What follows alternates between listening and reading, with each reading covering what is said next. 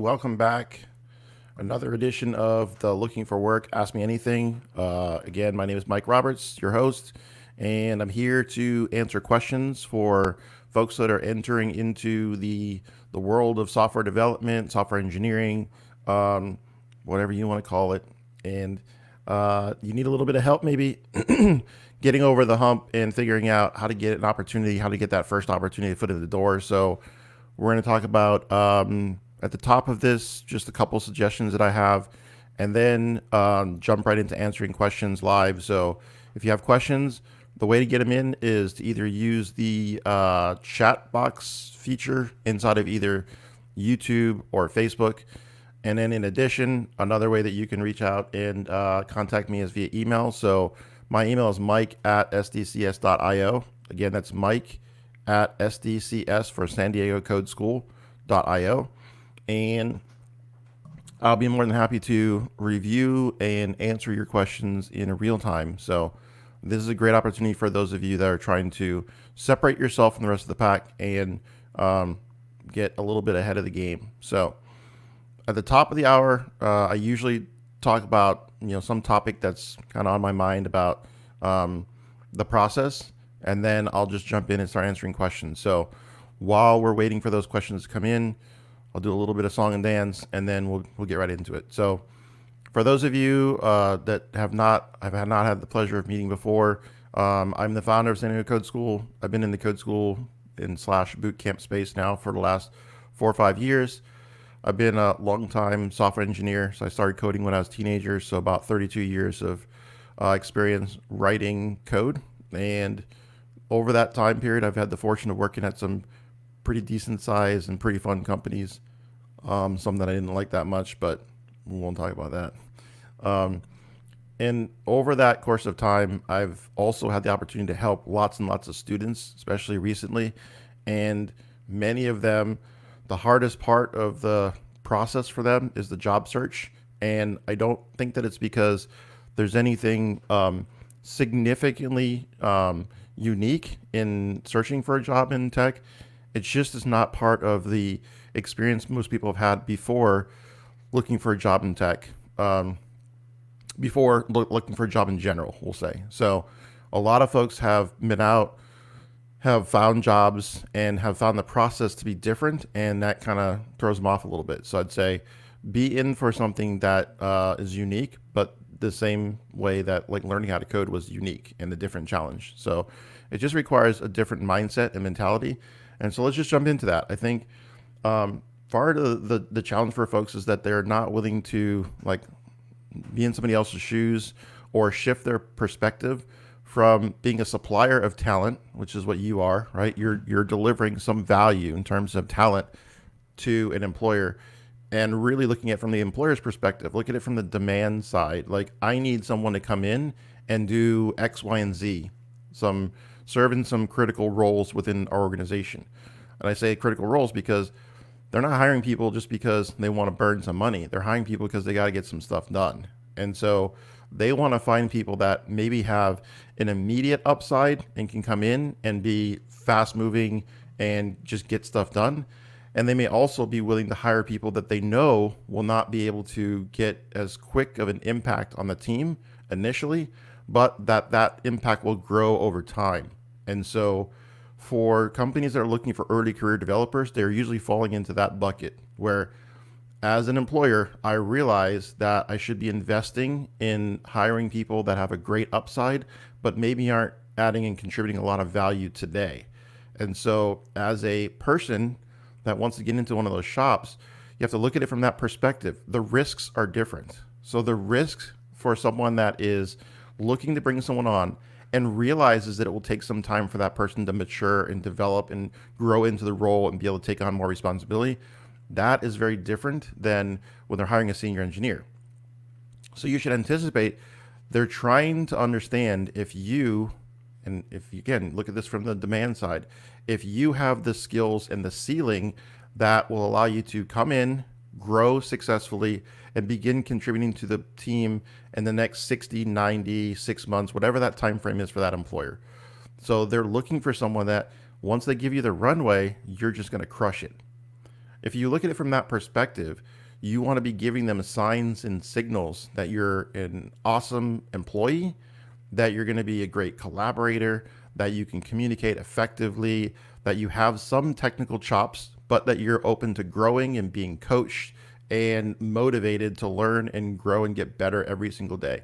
If you can communicate those things effectively, it will be much, much easier for you. And if you can not get too discouraged when folks are like, yeah, I think you need a little bit more experience. We're not prepared to make an offer, or we're not ready to bring you in for an interview yet. Here's the things that we'd recommend that you work on.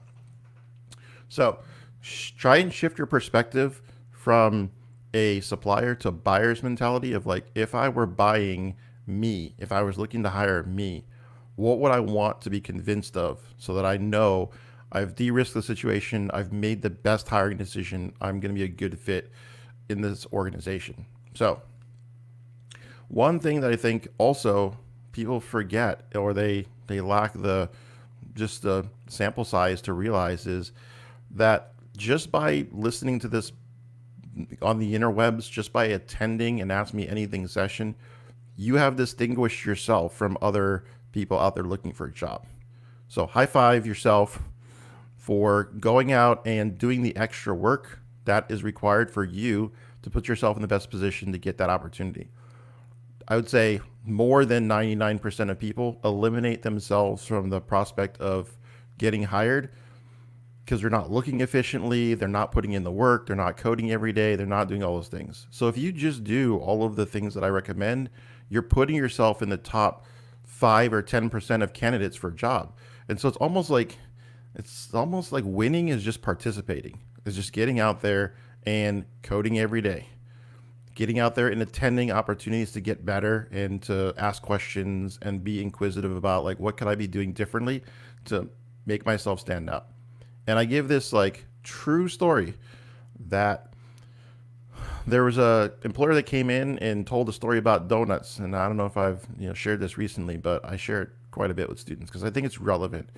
And the story goes that if you buy, a box of donuts and you send it off to the employer and you butter them up a little bit, that can go a long way, right? And so within the class, when someone mentions that or I talk about that story, there's always a lot of skepticism and people are like, that doesn't work. If that worked, everyone would be just like shipping out boxes of donuts and cookies and sending gifts and it would just be ridiculous, right? But the reality is the donut trick works because no one does it, right? Even though I've said it a ton of times, I only know one person that actually like sent out a box of donuts to a potential employer. And you know what happened? He got the job. So far we're batting 1,000. I've not heard a single other human being ever tell me, hey, I heard your donut story. I went and bought someone donuts and I didn't get diddly. That never has happened yet. And so we're still batting 1,000 on that. And it's incredible to me that no matter how often I can give people tips on this is what you need to do to perform better, this is what you need to do to get a job sooner rather than later, the vast majority of people just will not do what I know works because I see it happen. And so that's the piece that I would encourage folks is like, you should mentally prepare yourself that just by taking the right steps and by having an optimized process, you put yourself ahead of like 99 out of 100 candidates. And then the question is just, can you execute when you actually get in the room with an employer and convince them that you're the person to take a chance on and it makes sense for them to hire you? So that's my spiel on donuts. And the last thing I'll mention is that it's like a marathon. I think this analogy works pretty well. You train a lot, hopefully, if you're about to run a marathon, because if you don't, it's going to be brutal.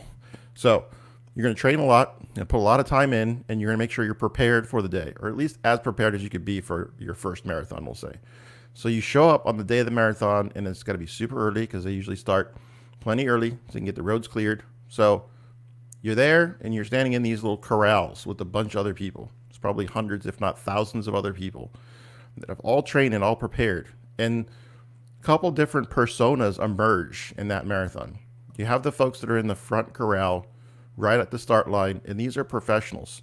These are folks that do this for a living. These are folks that are going to probably win this race, right? That's not why most people are running the marathon. Most people are running to complete, right? Maybe place well, but they want to know that they can do it and prove to themselves that they can get it done, right? And have that experience. And so you may not be the person up on the front line that is already qualified and gets to be right at the front of the pack. And you may not be able to run like, 6.5 minute mile for 26 miles, right? But at the end of the day, that's not your persona and that's not who you need to be successful. The other type of person in the corral maybe hasn't prepared as much and they know this and they're a little scared because they're like, this is going to be terrible and it's going to be painful. It's going to be a tough day, and they'll get through it with enough grit and enough determination. And so it's just mentally, how do they handle the situation? I think that's where a lot of junior devs are, early career folks are, when they start the job search and they get beat down a little bit by the process. And then because it seems so overwhelming, because they have this huge marathon ahead of them that they know they did not prepare well for, they kind of shut down mentally. And then a couple of things you can do. You can quit. You can run super slow and walk part of it and run super slow and just try and finish. Or you can give it 100%. And when you get to that part of the race that's real tough, which is like miles, like, I don't know, 11 through 20 some odd, then, you're going to have to just grit and get through it. And then there are those that like prepared for it and they, not mentally challenged as much. They just get out, put the work in, stay focused. And those are the ones that are the most enjoyable as far as like students that I've met, because they don't stress over it too much. They just go through the mechanics.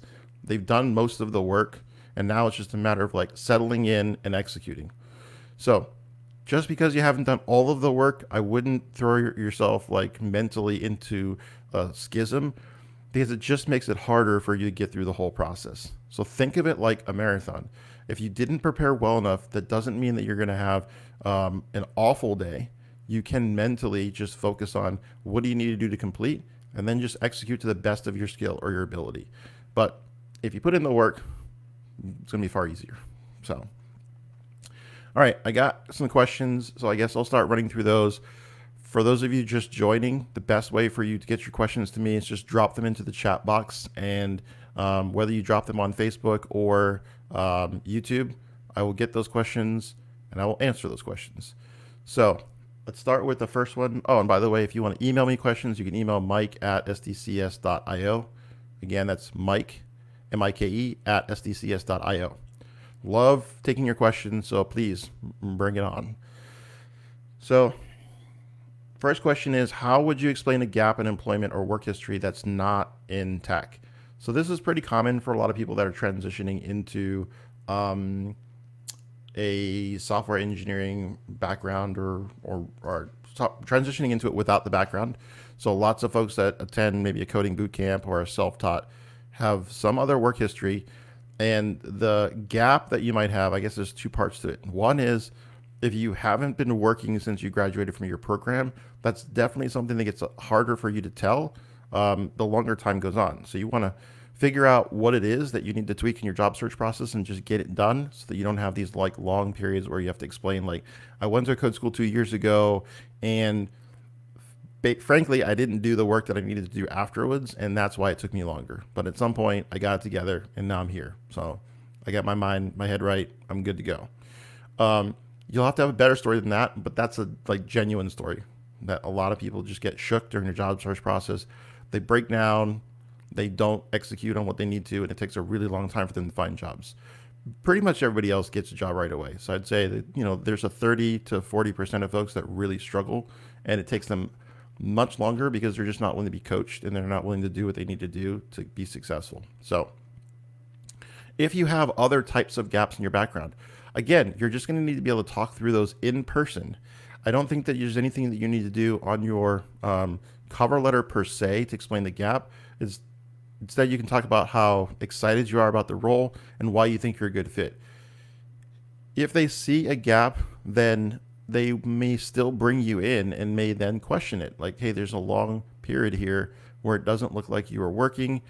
Tell me a little bit about what that process of getting back into work looked like, or what led to, this long. They may not specifically ask for like, what's the gap, but they get asked like, what were you doing before? And probably will ask, what did you do to get back into it? And they kind of want to, get a good sense of it in many ways without asking directly, right? But sometimes they'll just directly ask, like, what happened? Why were you not working for 10 years? So be prepared to tell that story authentically, and then be prepared to explain how and why that experience has made you a better fit for this role. How has it enabled you to be where you are right now and to be a good candidate for the role? So, another question I've gotten, I have heard that resume should only be one page. Is that true? So, in terms of the length of your resume, the general rule of thumb that I use is that you should not try and squeeze everything into a page just to follow a rule that someone told you it should be one page. If they say that it needs to be one page, then you might need to pull some information off your resume rather than trying to squeeze it all in and have it like super small font. Generally speaking, use the amount of space that's necessary to tell a relevant story about the skills that you bring to the table. So, as an example, if you've got lots of experience that's outside of tech, but in an interesting space, like let's say it's supply chain management, right? So, you're going after some roles, IT roles at companies that are known for supply chain management, and you want to show that you have a little bit of background so that you can, get to the point where someone can make a decision based on everything you're bringing to the table. This is a part of your skill set. Then I would suggest that you have at least some of that work experience, but I wouldn't put like 3 additional pages of experience, even if you have it. I would say go back to what's relevant over the last, I'd say, 10 years, and that's plenty to show that you've got experience in the space and you're good to go, especially for a junior role. If you're putting more experience than that, then it may make them question whether or not you're going to be satisfied in an engineering role and if you might want to be somewhere else. So, next question, should I use keyword? A lot of resume questions today. So, should I use keywords on my resume? Yes, I would definitely make sure that you identify some of the key skills in terms of keywords on your resume, because these are things that are going to help employers who use automated systems pick up your resume, scan it, and separate it from those that don't have relevant skills for the role that they're looking to fill. So if you don't have any keywords on your resume, if your resume cannot be read by like OCR, so that's basically object character recognition. It's automated, like computer vision that looks at your resume, picks out those keywords, and then tries to make a decision about whether or not it's relevant for the job. If you don't have those keywords on there, it's going to be tough. So I always recommend that folks put in some words about the technology, keywords that are relevant to your experience, and I usually include them like with actual projects. So I will usually say, you should list 2 or 3 relevant projects that you're working on, a couple passion projects that you have, and then some of the skills and keywords aligned with those projects so that they can get picked up by that system. And it's also easier for me to read as a hiring manager. Hey, for each of these projects that the person worked on, these are the relevant skills that project involved. So super good experience for a human as well as for the computer. So definitely helpful. I would not avoid keywords. And I know it looks a little weird sometimes. That's why just make it interesting. Put the keywords close to projects that are relevant. So that'll be helpful for the human as well. Should I include a cover letter when submitting a resume? Depends. That's definitely a depends question. So the key to it is, one, does it add more value? Do you have a good solid cover letter that you can use to explain a compelling reason why you're the best fit for the job? If you can, great, squeeze that in there. That's awesome. If they ask for it specifically, definitely do it, because it's part of what they've asked for. And so you want to make sure that you're being diligent and you're giving them the information that they require to make the decision. So generally speaking, I think it can pretty much only help and not hurt, as long as it shows compelling use case, got good grammar, and it really does strengthen the resume. But it's not an absolute, it's not required. Some organizations really aren't going to look at it. They make the initial decision based on their resume, and then that could just be extra fluff that does or does not contribute to the decision to bring you in for a telephone or an interview at all. So it depends. All right. look and see what else we've got here. So if you're just joining, we do this every Tuesday starting at 7 a.m. Pacific. So we're about 20 minutes in. We'll go as long as we have questions. So as long as we have questions, we'll keep answering them. The way you can get your questions to me is you can either jump on the comment box on either YouTube or Facebook, or you can shoot me an email, mike@sdcs.io, and I can answer them there. A little bit about my background again. I'm a software engineer by trade, and I'm the founder of a code school. So I have lots of experience helping people navigate the job search process. And this is just one way trying to help people that are, kind of early on in your careers. So another question about resumes. Good. So this is going to be the resume questions session. Should I include references on my resume? No. So I think it takes up valuable space. I think even saying references available upon request is also just, I think, wasteful of space. I think it's implied or inferred that if they ask you for references, that you will supply them. So unless they specifically ask you to provide references, then I would hold them off until you actually have them reaching out and asking for them.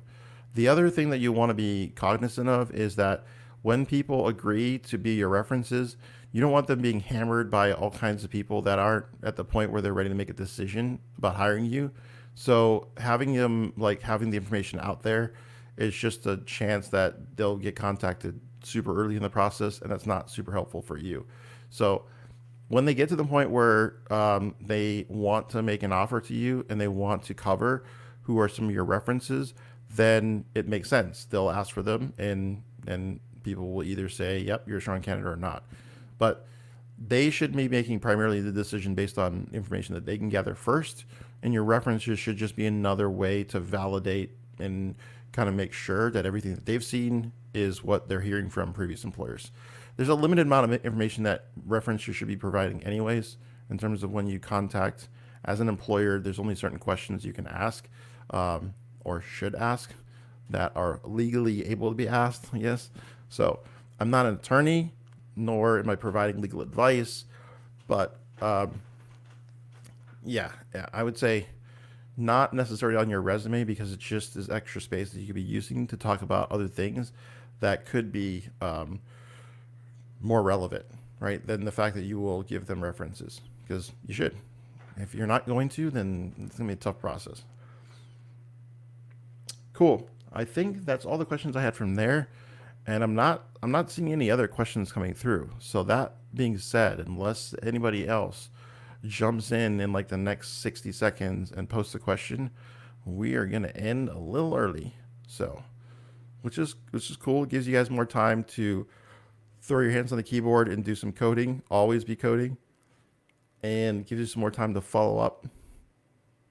Get your spreadsheet out and figure out who needs to be touched. All right, going once, going twice, and there's a little delay. I'm still not seeing anything, so we'll end it here. Again, I do this every Tuesday starting at 7. Sometimes we go all the way to the bell. We go until 8, but more than happy to end early and get on to other things that I've got to do today if nobody else has any other questions. So until next week, again, always be coding. ABC.